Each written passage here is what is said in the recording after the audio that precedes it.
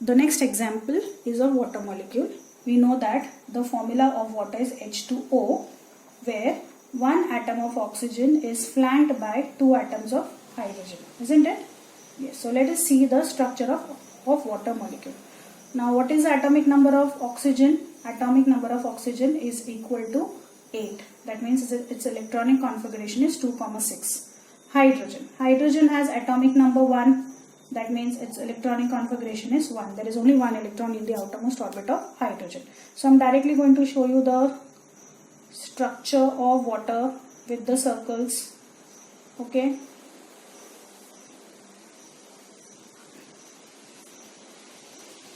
Yeah. So this is hydrogen, this is oxygen, and this is hydrogen. This hydrogen has one electron in the outermost orbit. This hydrogen has one electron in the outermost orbit.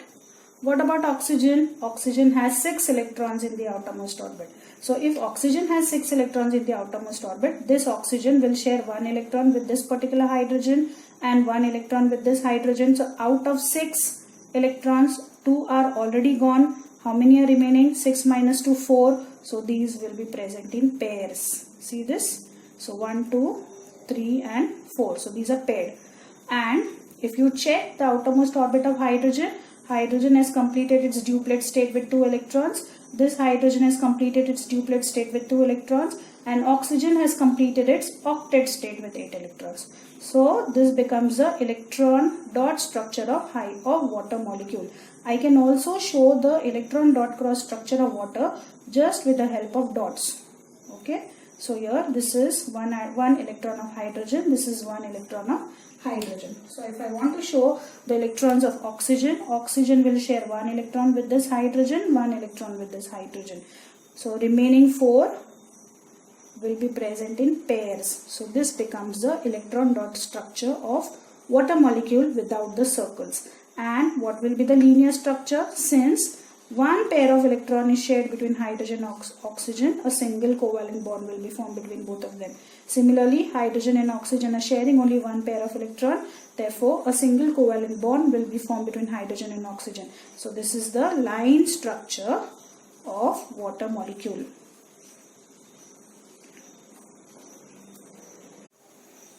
Let's take the next example of ammonia molecule. The formula of ammonia is NH3. Ammonia has one nitrogen atom and 3 hydrogen atoms. Okay, so nitrogen. What is the atomic number of nitrogen? 7. Electronic configuration is 2, 5. Hydrogen. Hydrogen has atomic number 1.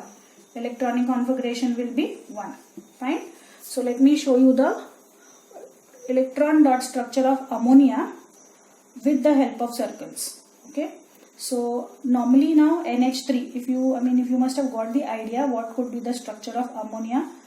Here we have only one atom of nitrogen and 3 atoms of hydrogen. So nitrogen is going to form a single covalent bond with each of the hydrogen atom. Fine. So let me show the outermost orbit of nitrogen molecule. Okay. It is going to share its electron with hydrogen. It is going to share its electron with hydrogen, from one more side, and it is going to share its electron with one more hydrogen atom. So these are the 3 hydrogen atoms. Okay. So hydrogen we know already has only one electron in the outermost orbit. So for this hydrogen I am showing this electron. For this hydrogen, this electron. For this hydrogen I am showing this one electron. Fine. How many electrons are there in the outermost orbit of nitrogen? 5. Out of 5, nitrogen will share one electron with hydrogen, one electron with hydrogen, one electron with hydrogen. So 1, 2, 3 are already gone. So how many will be remaining? 2. See 1, 2, 3, 4, 5. So here hydrogen and nitrogen have shared one electron each with each other. One electron each has been shared between both the atoms. So one pair of electron is shared between nitrogen and hydrogen. So what will happen here? Hydrogen and nitrogen will form a single covalent bond. So this will be the line structure of ammonia molecule. This will be the electron dot structure of ammonia molecule. If you want to show the ammonia molecule without the circles, it is very much simple. Hydrogen, nitrogen, hydrogen, hydrogen. This hydrogen has 1 electron in the outermost orbit. Fine.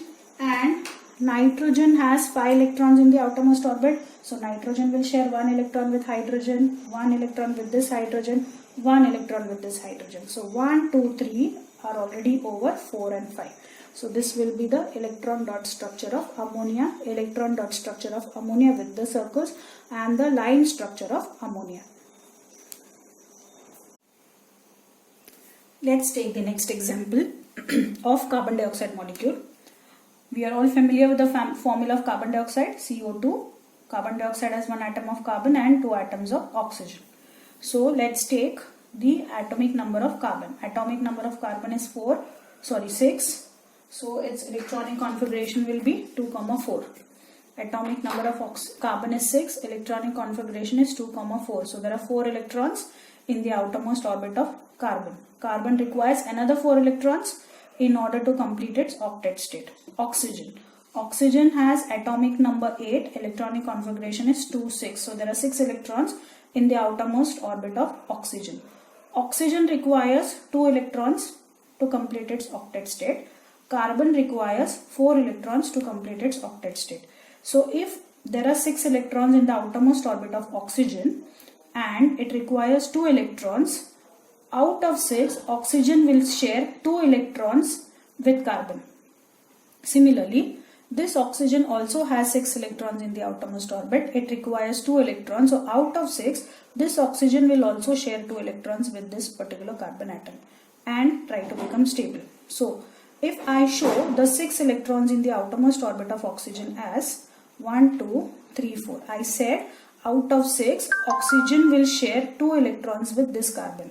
Similarly, this oxygen has 6 electrons in the outermost orbit and 1, 2, 3, 4. It will share 2 electrons with carbon. So see 1, 2, 3, 4, 5, 6. 1, 2, 3, 4, 5, 6. Whereas carbon has only 4 electrons in the outermost orbit. So if this oxygen is sharing 2 electrons with carbon, carbon will also have to share 2 electrons with oxygen.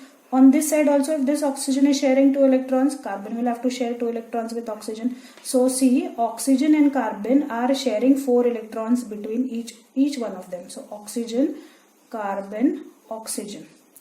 1, 2, 3, 4 electrons are shared. That is 2 pairs of electrons are shared between 2 combining atoms. So a double bond will be formed between carbon and oxygen. Similarly, if you check this carbon and oxygen, 1, 2, 3, 4 electrons are shared. That is double bond will be formed between carbon and oxygen.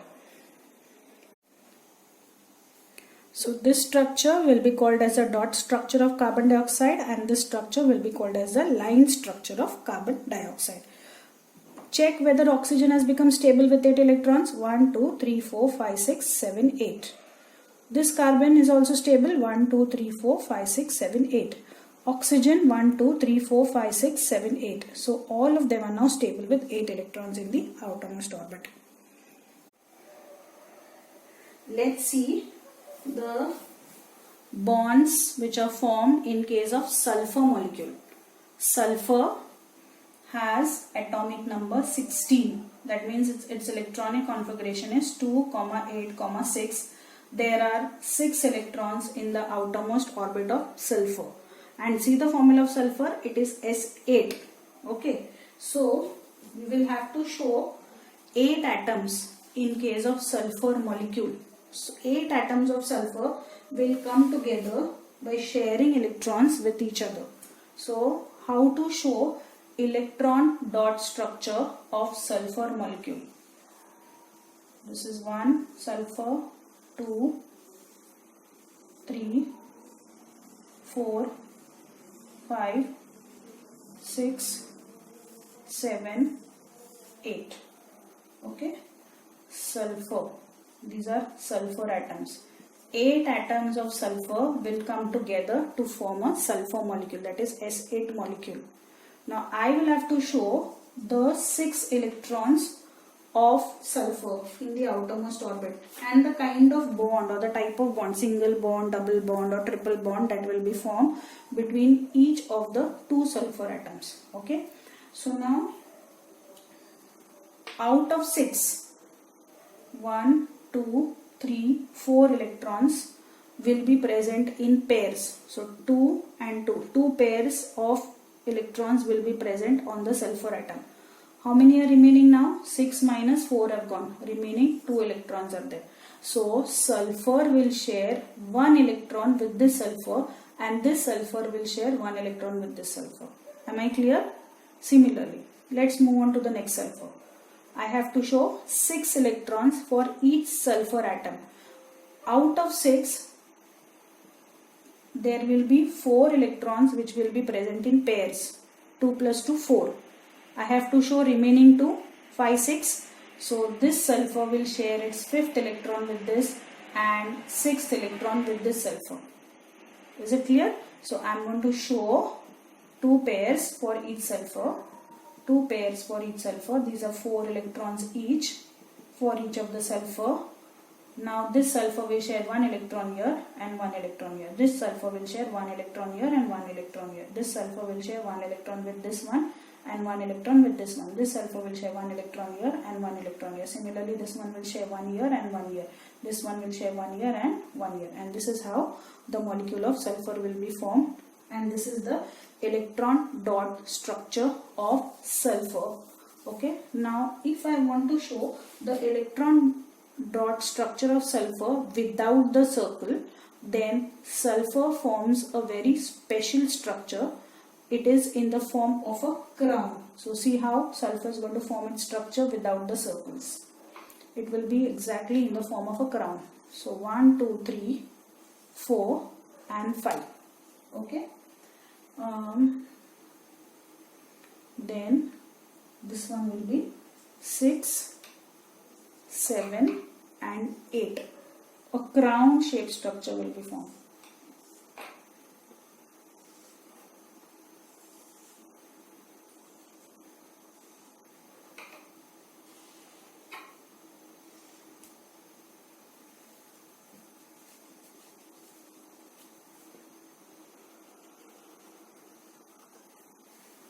Okay. Now let me show the 6 electrons. Okay.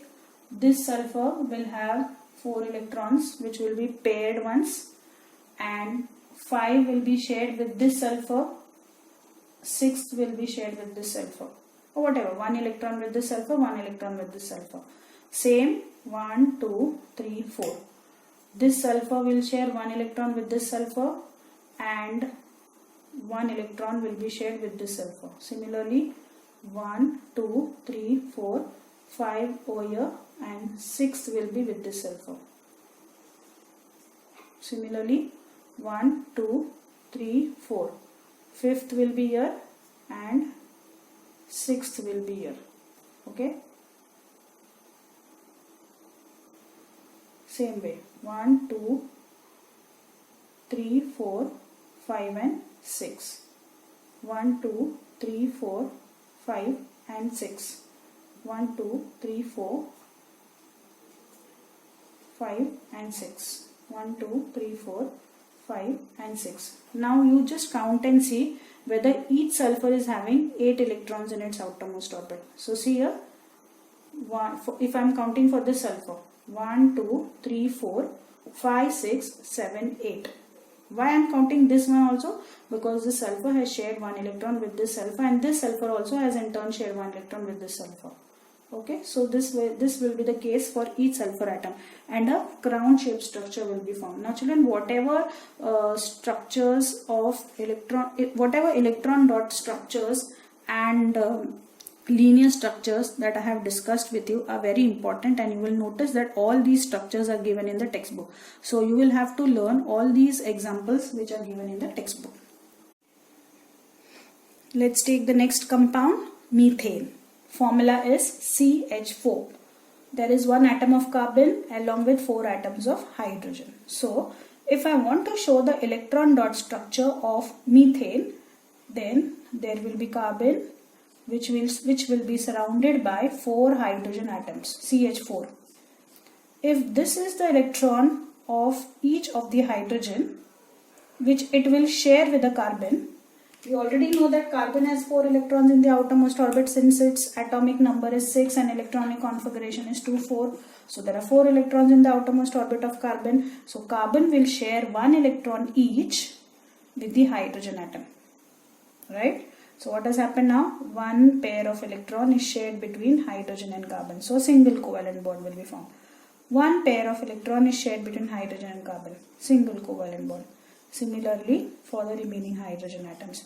So what will this structure be called as? Yes, you are correct. This is the line structure of methane molecule. And this is the electron dot structure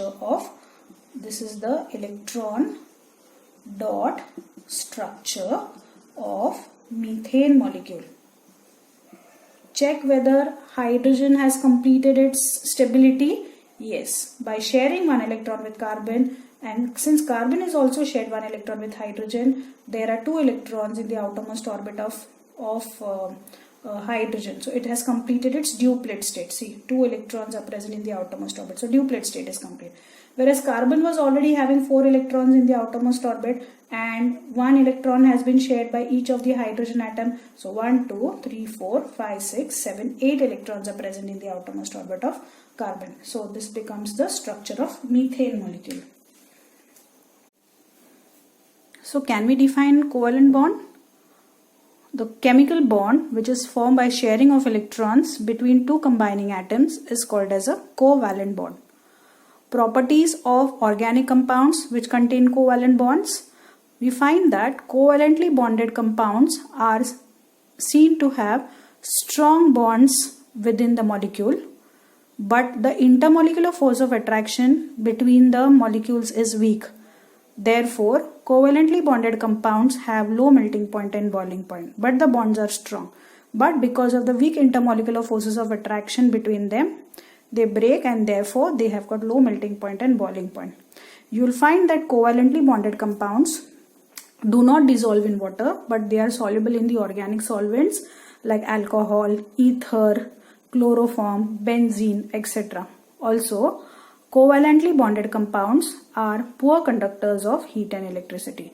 So properties of covalent compounds are: covalently bonded compounds have strong bonds within the molecule, but the intermolecular force of attraction between them is weak. Therefore, covalently bonded compounds have low melting point and boiling point.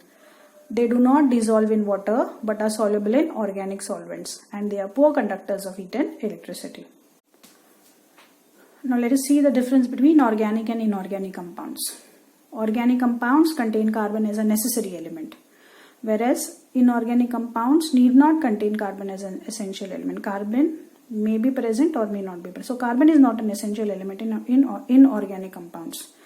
In inorganic compounds, okay, so there's a correction. In inorganic compounds, organic compounds do not dissolve in water, but inorganic compounds are soluble in water.